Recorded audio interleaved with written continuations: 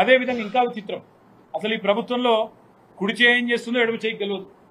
నిన్నగాక మొన్న చూసిన నేను 3 రోజుల కింద 1,50,00,000 రూపాయలు పెట్టి రిజిస్ట్రేషన్ అవుతుంది. 3.5 రోజుల కింద 3 రోజుల కింద 3 రోజుల తర్వాత ఇంకో ప్రభుత్వంలోని ఇంకో శాఖ వచ్చి కూలగొడుతుంది.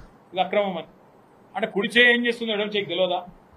రిజిస్ట్రేషన్ శాఖ రిజిస్ట్రేషన్ ఎట్లా చేస్తుంది, 3 రోజుల తర్వాత నీ ఇంకో శాఖ వచ్చి ఎట్లా కూలగొడుతుంది? అది నువ్వు ప్రభుత్వాన్ని నడుపుతున్నావా, సర్కస్ నడుపుతున్నావా? ఒకవేళ నిజంగానే నీకు అవి ఆక్రమణలు అని తెలిస్తే, అది FTL అని తెలిస్తే, బఫర్ అని తెలిస్తే ముందు పర్మిషన్ ఇచ్చిన మీద చర్య తీసుకో. కొనుక్కున్నోళ్ళ మీద కాదు. పర్మిషన్ ఎవరిచ్చిండు, ఎట్లిచ్చిండ్రు, తప్పు కాయిదాన్ని ఎవడు పుట్టించిండు, వాళ్ళ మీద చర్య తీసుకో. దమ్ముంటే ఆ పని చేయి. రెండవది, ఇప్పుడు ఇల్లు కూలగొట్టినావు. 1,50,00,000 మొన్న రిజిస్ట్రేషన్ చేసుకున్నారు. ఇప్పుడు ఇల్లు కూలగొట్టినావు. ఎవడు కడతాడా పైసలు? నష్టపరిహారం ఎవడిస్తాడా కుటుంబానికి? నీ ప్రభుత్వం ఇస్తుందా, బిల్డర్ ఇస్తాడా? ఆ తీసుకున్నాడు మంచినే ఉంటాడు. రిజిస్ట్రేషన్ సొమ్ము నీ ఖజానాలో పడ్డది, నువ్వు మంచినే ఉంటావు. ఇప్పుడు వాళ్ళు రోడ్డు మీద పడ్డారు. ఎవడు బాధ్యుడు?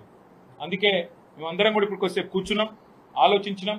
తప్పకుండా హైడ్రా బాధితులందరికీ న్యాయపరంగా మేము మా పార్టీ తరఫున మా న్యాయ విభాగం, మా లీగల్ సెల్లు అండగా ఉంటుంది.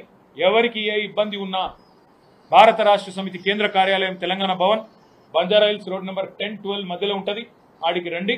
తప్పకుండా మీకు మా న్యాయ విభాగం అండగా ఉంటుంది. లేదా మీ గౌరవ శాసనసభ్యులు, గౌరవ కార్పొరేటర్లు అందరూ బీఆర్ఎస్లో ఉన్నారు హైదరాబాద్లో, వారిని సంప్రదించండి.